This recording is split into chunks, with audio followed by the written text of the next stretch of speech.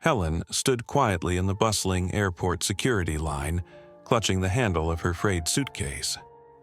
At 72 years old, she hardly looked dangerous. Yet, as she inched forward under the harsh fluorescent lights of Austin Bergstrom International Airport, a TSA officer frowned at the X-ray monitor. Something in Helen's bag had caught his eye. "Ma'am, step aside," the young officer barked, snapping on a pair of blue gloves. Conversations around them hushed as Helen was gently pulled out of line. Her heart thudded in her chest, but she kept her face composed. She had been through far worse in her life than an airport screening, though no one here would have guessed it. At a stainless steel inspection table, the officers unzipped Helen's suitcase. Inside, they found an old leather-bound notebook and a bundle of yellowed papers tied with twine. Flipping through the notebook, one officer saw pages of strange codes and faded military insignia.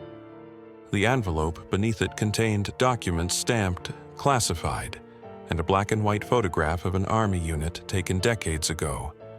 Helen's chest tightened. These were her most precious keepsakes, but to the TSA agents they looked deeply suspicious. The younger officer held up the notebook, shooting Helen a hard look. "Care to explain what this is, ma'am?" he asked loudly, drawing the eyes of curious travelers nearby. Helen opened her mouth, but no sound came out. What could she say? After a lifetime of silence, she wasn't about to reveal her secrets to a stranger in an airport. "It's just old letters," she finally murmured, barely audible. It was a feeble explanation, and the officers clearly weren't satisfied. The older agent scowled as he riffled through the bundle of papers. "Codes and government stamps. Are you carrying sensitive materials without authorization?" he demanded. Embarrassment and fear sent heat rushing to Helen's cheeks as every eye in the terminal fixed on her. She knew exactly what those codes were, but she couldn't tell them. So she lowered her gaze and stayed silent. Her silence only made them more suspicious. The young officer let out a dry laugh. "No ID, odd documents. You realize how bad this looks, right? Almost like espionage." The word espionage hung in the air. Helen swallowed hard. She ached to defend herself, but duty and decades of habit held her tongue. Within minutes, security supervisors arrived and decided to detain Helen for further questioning. 2 guards took her firmly, but not unkindly, by the arms. In the terminal, people murmured and stared as the elderly woman was led away like a criminal. Some looked on with pity, others with mistrust. Helen's face burned with quiet shame, yet she kept her head high. If only they knew the truth. They brought her to a small interrogation room off the main concourse. The walls were windowless and white, the air heavy with tension. Helen sat in a metal chair at a bare table. Her opened suitcase and the incriminating papers were spread out before her. A stern security chief loomed over the table, flipping through the files with a deep frown. "Who are you? And what are you doing with these documents?" he pressed, his tone sharp. "You'd better start talking." Helen closed her eyes for a moment and drew a long, steady breath. Images of a green jungle night and coded messages flashed in her mind, but she said nothing of that. I'm just a retired cleaning lady," she whispered at last. "These papers belong to a friend." It wasn't exactly the truth. The only friend she had from those days was her duty, but it was all she could bring herself to say. The chief's eyes narrowed, clearly unconvinced. He picked up the old group photograph and tapped it with a finger. "A friend, huh? This you in the picture?" Helen's throat tightened. She gave the slightest nod. The chief exchanged a skeptical glance with another agent. They were not buying her story. Outside the room, the commotion had attracted some higher-ups. A call was being made up the chain of command. An unidentified elderly suspect caught with classified military documents at the airport. It was the kind of report that demanded attention. Helen sat staring down at her trembling hands when the heavy door suddenly swung open. A tall man in a crisp army dress uniform stepped into the room, his polished shoes echoing on the tile floor. Silver 4-star insignia gleamed on his shoulders. The security chief straightened at once, and the younger officer snapped to attention. The general swept a stern gaze across the room until his eyes fell upon the tired old woman in the chair. In that instant, his severe expression faltered into one of shock. Helen lifted her eyes to the newcomer, confused. Her breath caught in her throat. That face, weathered and lined with age but still familiar, was staring at her as if seeing a ghost. The general took a hesitant step forward, then another, his eyes never leaving Helen. "It's you," he said hoarsely, voice barely above a whisper. In a heartbeat, his rigid posture melted. To the utter astonishment of everyone present, the decorated general snapped his heels together and raised his right hand in a firm salute directed at Helen. Every security officer in the room froze in place, their mouths agape. Helen's own eyes brimmed with tears. Slowly, she rose from her chair. A tear slipped down her cheek as she mustered a quivering hand to return the salute, a gesture she hadn't made in decades. For a moment, the only sound was the electric hum of the fluorescent lights. No one could believe what they were seeing. An elderly woman, once treated as a suspect, now being honored by one of the nation's highest military officers. If you believe silent heroes deserve to be heard, you're not alone. Helen's jaw trembled as she stood facing the saluting general. For a moment, the entire security office remained frozen in disbelief. The security chief slowly lowered the interrogation file he'd been thumbing through, and the younger TSA officer's mouth hung open in shock. None of them understood what was happening, but it was clear the tables had suddenly turned. General James Cole held his salute a second longer, eyes shining with recognition. Helen finally managed to raise her hand in a timid return salute, a gesture her muscles recalled before her mind did.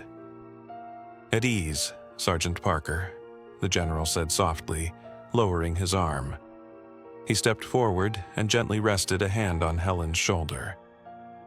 "I never thought I'd see you again," he said, his voice tinged with emotion. Helen blinked rapidly, struggling to comprehend. "James? General Cole?" she whispered. She remembered him now, his face much younger and panic-stricken in the jungles of Vietnam, a lieutenant barely out of college. Yet here he stood, half a century later, a distinguished 4-star general. She never imagined that the stern officer before her was once the young man whose life she had saved. The security chief cleared his throat, breaking the spell of silence. "Sir, is everything all right? Who is this woman?" he asked, trying to sound respectful despite his confusion. General Cole drew himself up to full height and turned toward the man. "This lady," he announced, with a proud gleam in his eye, "is a veteran of the United States Army and a hero of mine." A stunned hush fell over the room. The officers who had been ready to escort Helen to a cell now stood rooted to the floor, mouths agape. Helen dropped her gaze, her cheeks flushing with embarrassment. She had never thought of herself as a hero, and hearing it said out loud felt almost unreal. Noticing her discomfort, General Cole offered Helen a kindly smile. Then he turned to the chief and the others. "You found some documents in her bag, correct? Let me clarify this situation. They're classified because the missions they concern were covert operations in the Vietnam War, operations that Sergeant Helen Parker took part in." He paused, letting that revelation sink in. "She couldn't explain that to you because she was sworn to secrecy." Realization washed over the faces of the security staff. The younger officer's face turned beet red. He carefully closed Helen's notebook and slid the pile of papers back into the suitcase, handling them as reverently as relics. I'm so sorry, ma'am," he mumbled, backing away. Helen gave the flustered young man a gentle nod of acceptance, her eyes forgiving despite the humiliation she'd suffered. General Cole picked up the black and white unit photograph from the table. He stared at it, tracing a finger over the image of the only woman in the group of soldiers. "For 50 years, I never forgot you," he said quietly, still gazing at the photo. "After the war, I tried to find you, but you'd vanished. Every record of you was sealed." Helen swallowed the lump in her throat. "After the war, they told me it was best to fade away," she replied softly. "Our missions were never to be spoken of. I wasn't even allowed to tell my family, so I went home and just kept my head down." Her voice trembled under the weight of decades of solitude. She had carried so many stories alone. General Cole's jaw tightened. His eyes glistened as he shook his head slowly. "All this time, you carried that burden alone? And we never even got to thank you." He took a deep breath, emotion threatening to crack his composure. Then he straightened up, resolve in his face. "Well, that ends today." With gentle reverence, the general slid the photograph back into Helen's envelope and closed her suitcase. Draping a protective arm around her shoulders, he guided Helen toward the door. "Come on, let's get out of here," he said quietly. He shot a pointed glance at the security chief. "I'm taking Miss Parker with me, and I'll be assuming responsibility for her from here." The security chief nodded immediately, stepping aside. Yes, sir," he stammered. He and the other officers were still trying to process everything they'd learned in the last 2 minutes. They stood at attention as General Cole led Helen out of the room, treating her now with the deference owed to a decorated veteran. As Helen and the general emerged back into the terminal, a ripple of whispering followed in their wake. Passengers who had witnessed the elderly woman being led away in handcuffs minutes ago now watched, mystified, as she walked side by side with a 4-star general. People exchanged puzzled glances. A few even raised their phones to snap photos, sensing that something extraordinary had just happened. Helen herself was still in a daze. She clutched the envelope of documents to her chest, her emotions swirling, relief, disbelief, and a fragile joy that someone finally knew who she truly was. She glanced up at General Cole. "Thank you for coming for me," she said softly, her voice nearly lost in the bustle of the terminal. He simply gave a gentle shake of his head and a smile. "No need to thank me," he replied. "I'm just glad I got here in time." He had feared that after all these years, if he hadn't been the one to see those documents, Helen's story might have remained buried forever. Outside, dusk was falling as General Cole escorted Helen to a waiting government sedan at the curb. Before she knew it, they were headed across town. As the car slipped into the evening traffic, the general turned to her. "Helen, what were you planning to do with those documents?" he asked gently. "I was on my way to Washington, D.C., she explained, "to the National Archives. A lot of our missions were finally declassified recently. I thought it was time to turn these in, officially, to make sure what we did would be recorded in history." General Cole listened thoughtfully, then nodded. Of course, she would still be trying to do the right thing after all this time. "That's admirable. But you know what? The archives can wait one more day," he said, a hint of warmth returning to his voice. He glanced at her with a sudden smile. "There's somewhere else I want to take you first." Helen looked at him in puzzlement. "Where are we going?" she asked quietly. "Camp Mabry," the general replied, "the military museum where you work." His lips curved in a slight grin, the kind that suggested he had a surprise in store. "I have a few folks there who'd love to meet the woman who's been quietly cleaning their halls all these years." He patted the envelope in her hands. "Trust me, Helen, it's time." Helen's heart fluttered. She wasn't entirely sure what he intended, but in that moment, sitting beside someone who knew, she felt a spark of hope. Maybe it really was time. Time for the truth to come out of the shadows. No one at that airport could have imagined that the frail, quiet woman they saw in handcuffs was actually an unsung hero. It makes you wonder, how many everyday people around us carry incredible stories we know nothing about? Have you ever misjudged someone based on their appearance? Yoram Yap. The drive to Camp Mabry passed in a blur. Night had just fallen when the sedan pulled up to the Texas Military Forces Museum, the same museum where Helen had worked in quiet anonymity for years. General Cole offered his arm as they approached the entrance. Helen accepted it gratefully, her knees suddenly a bit wobbly. She hesitated at the threshold, her stomach fluttering with nerves. Through the glass doors, the familiar silence of the museum greeted her. This time, however, she would not be entering as just the invisible janitor sweeping the halls. Taking a deep breath, Helen stepped inside by the general's side. After half a century of silence, her truth was finally poised to be revealed. Inside the museum's dimly lit gallery, Helen approached a display case holding a battered army helmet.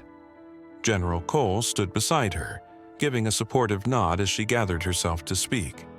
In a hushed voice, Helen began to share the story she had kept to herself for so many years. As her words flowed, the quiet museum seemed to fade away, replaced by the humid darkness of Vietnam, 1972.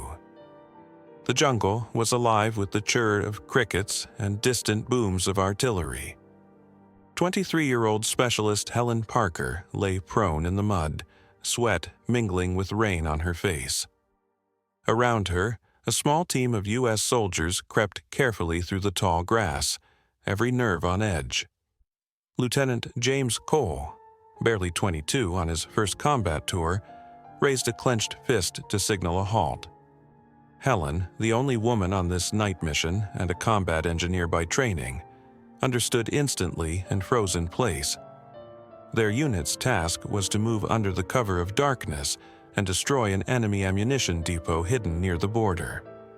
Helen's expertise in explosives had put her on this perilous patrol. Her heart thumped as she scanned the moonlit undergrowth for any sign of booby traps. The team inched forward again under her guidance, each step deliberate. Suddenly, a faint metallic click broke the silence, directly beneath Lieutenant Cole's boot. He froze, panic flashing in his eyes. Helen's blood ran cold. He had stepped on a buried pressure release mine. If he moved off it, it would explode. "Don't move, Lieutenant," Helen hissed, crawling up beside him. The rest of the patrol fanned out quietly, weapons raised, forming a protective circle around them. In the faint light, Helen could just make out the edge of a round, rusted mine under Lieutenant Cole's boot sole. One wrong move, and it could blast them all apart. Helen's training kicked in. With trembling but deft fingers, she slipped her small mine-probing toolkit from her pack. A screwdriver, wire cutters. Lieutenant Cole's breath came fast and shallow, his eyes locked on Helen. She met his gaze and forced a calm whisper. "I've got you. Stay absolutely still." Time seemed to stretch into eternity. Working by touch and dim red-filtered flashlight, Helen carefully scraped away damp earth from the mine's casing. A drop of sweat rolled down her temple as she located the firing mechanism. It was a crude device, one wire, one detonator beneath the pressure plate that was now pinned by the lieutenant's weight. She would have to disable it without letting the pressure change.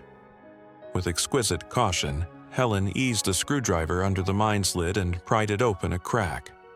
The tiniest movement could set it off. Lieutenant Cole's ragged breathing was the only sound besides the distant thump of artillery. Helen spotted the detonator wire. One cut to disarm, she told herself. One chance. Her fingers found the wire, and her other hand brought the cutters into position. For a heartbeat, she forgot to breathe. Snip. The wire severed. Helen's heart skipped, but the mine did not explode. It had worked. She exhaled and nodded almost imperceptibly to Lieutenant. "Cole. Step off, straight up, very slowly," she whispered. The young officer, sweat pouring down his face, lifted his boot as if the ground were made of eggshells. The mine lay exposed and harmless in the mud. Helen allowed herself one tiny sigh of relief. She had just saved all their lives. But the danger was far from over. Almost immediately, shouts rang out in Vietnamese from the foliage ahead. In the same instant, the jungle erupted with muzzle flashes. The patrol had stumbled right into an enemy ambush. "Contact!" someone yelled as bullets tore through the brush. The American soldiers dived for cover in the roots of trees and behind termite mounds. Tracer rounds zinged overhead, painting streaks of red in the night. Lieutenant Cole had just stepped off the diffused mine when a new hail of gunfire ripped through the clearing. He cried out and went down, clutching his leg. Helen saw blood soaking through his camouflaged pant leg and immediately crawled through the mud towards him. Adrenaline pounded in her ears, nearly drowning out the screams and gunshots around her. Bullets whipped past, snapping vines and branches. The rest of the patrol returned fire into the unseen enemy positions, but they were outnumbered and caught in a deadly crossfire. Helen reached the fallen lieutenant, who was gasping in pain, and hauled him by his load-bearing vest behind the thick trunk of a fallen tree. Her hands moved on their own, tearing a strip of cloth from her own sleeve to serve as a makeshift tourniquet on his shrapnel-torn thigh. "Hold on, James," she murmured, using his first name to keep him focused. He bit down on a groan, nodding, eyes wide with fear and shock.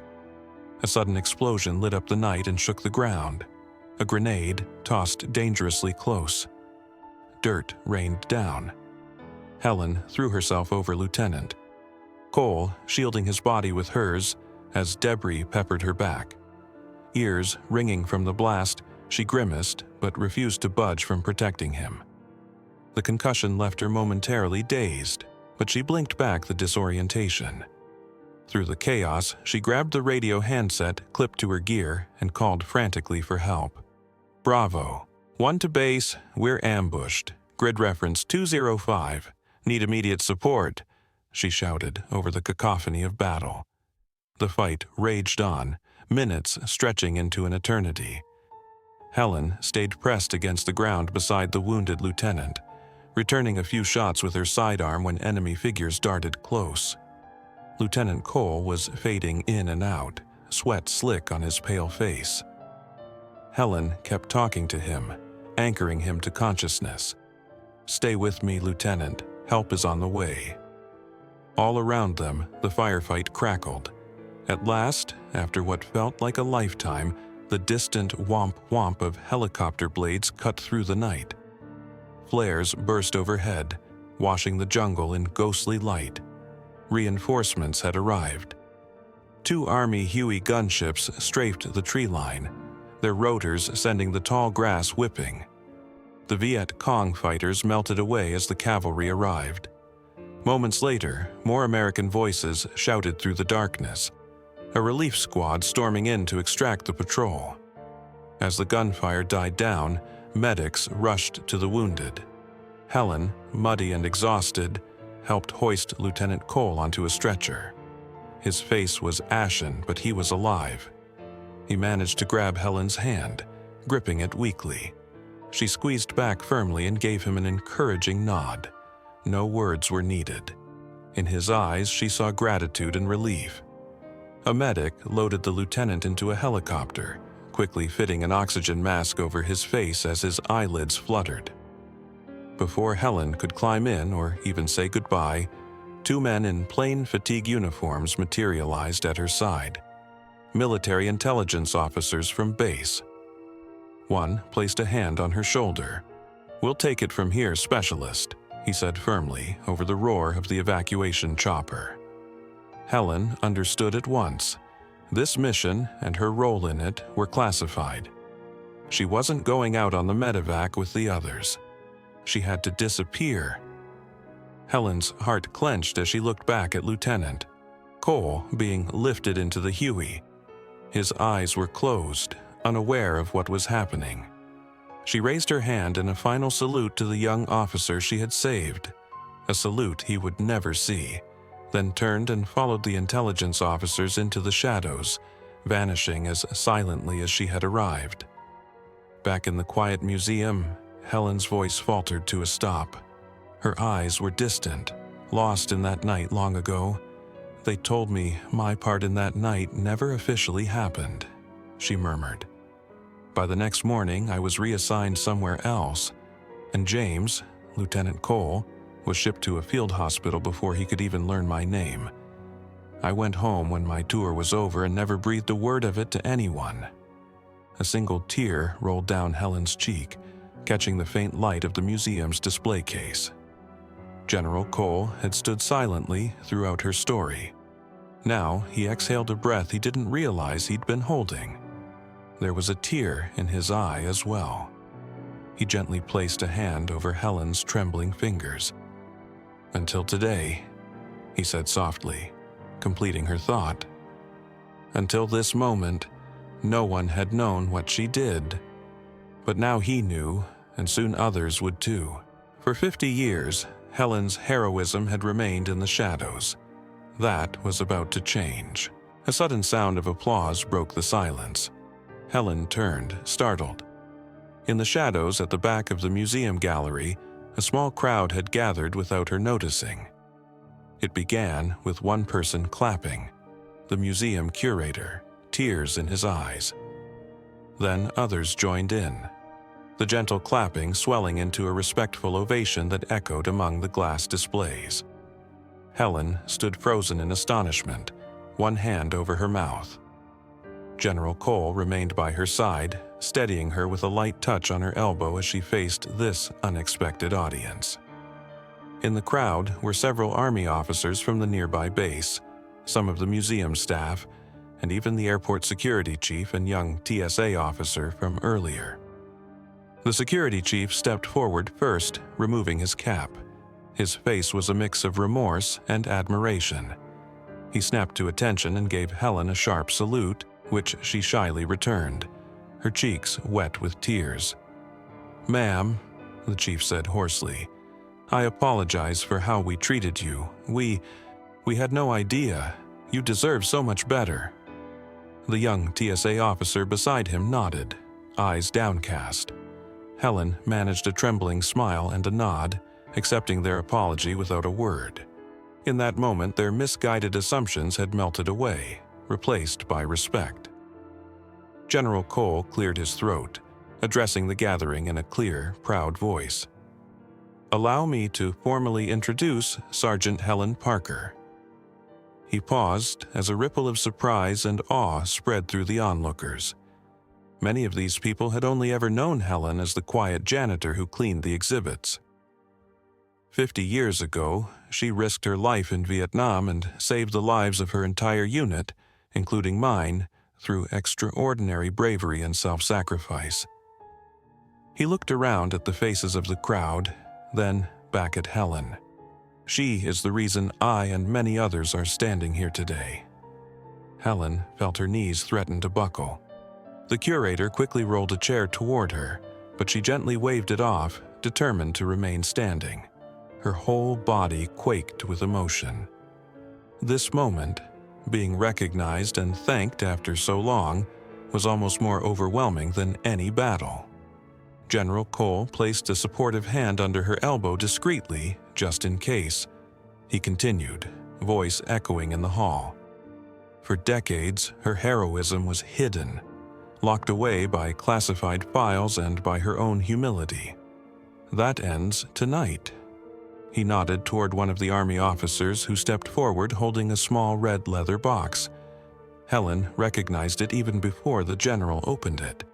Nestled inside was a gleaming silver star medal. A collective gasp went up from the audience. Helen's hands flew to her mouth. General Cole's voice softened, Helen, back in 1972, I submitted a recommendation that you be awarded the Silver Star for valor. He gave a rueful smile. The paperwork vanished along with you, sealed in some vault until now. He lifted the medal from its case, the five-pointed star catching the light. It's long overdue, but it's finally yours. Helen's vision blurred as tears brimmed. The general stepped closer and carefully placed the ribbon of the Silver Star around Helen's neck. The medal glinted against her simple dress. Helen stared down at it, overcome. A tear traced down her cheek, followed by another. She could scarcely breathe. The small audience watched in respectful silence, many eyes glistening at the emotion of the scene. In the hush, Helen tried to speak. I don't know what to say, she managed, her voice cracking. She reached up to touch the medal gingerly. I never expected any of this. I was just doing my duty. Her words came out in a humble rush. A young army sergeant in the audience spoke up, breaking protocol with emotion in his voice. "You're a hero, ma'am." He raised his hand in a salute. "Thank you for your service." That unleashed the dam.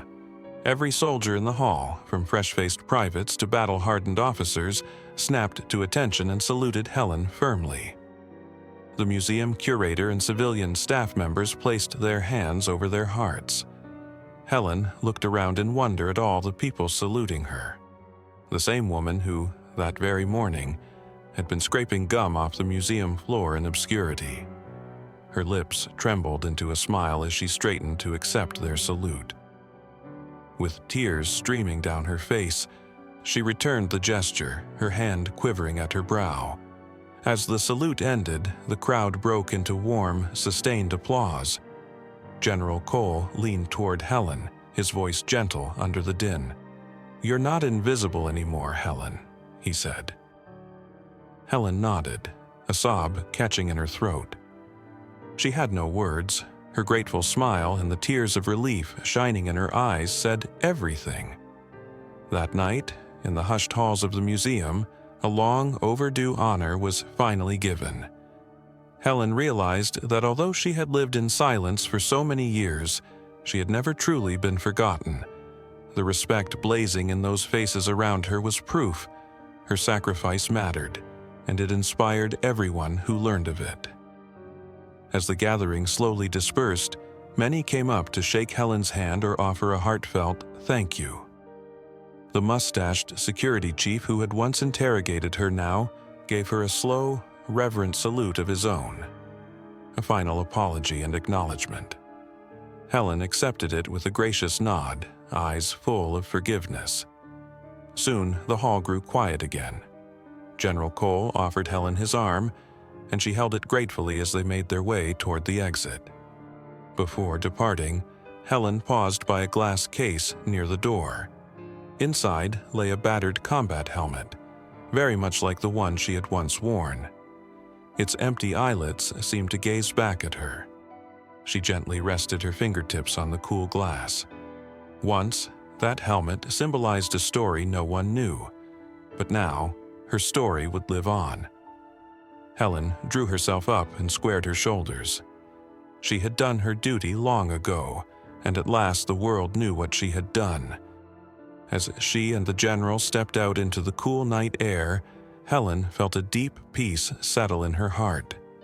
A peace she had waited half a century to feel. Real heroes remain silent because duty demands it, but they are never forgotten.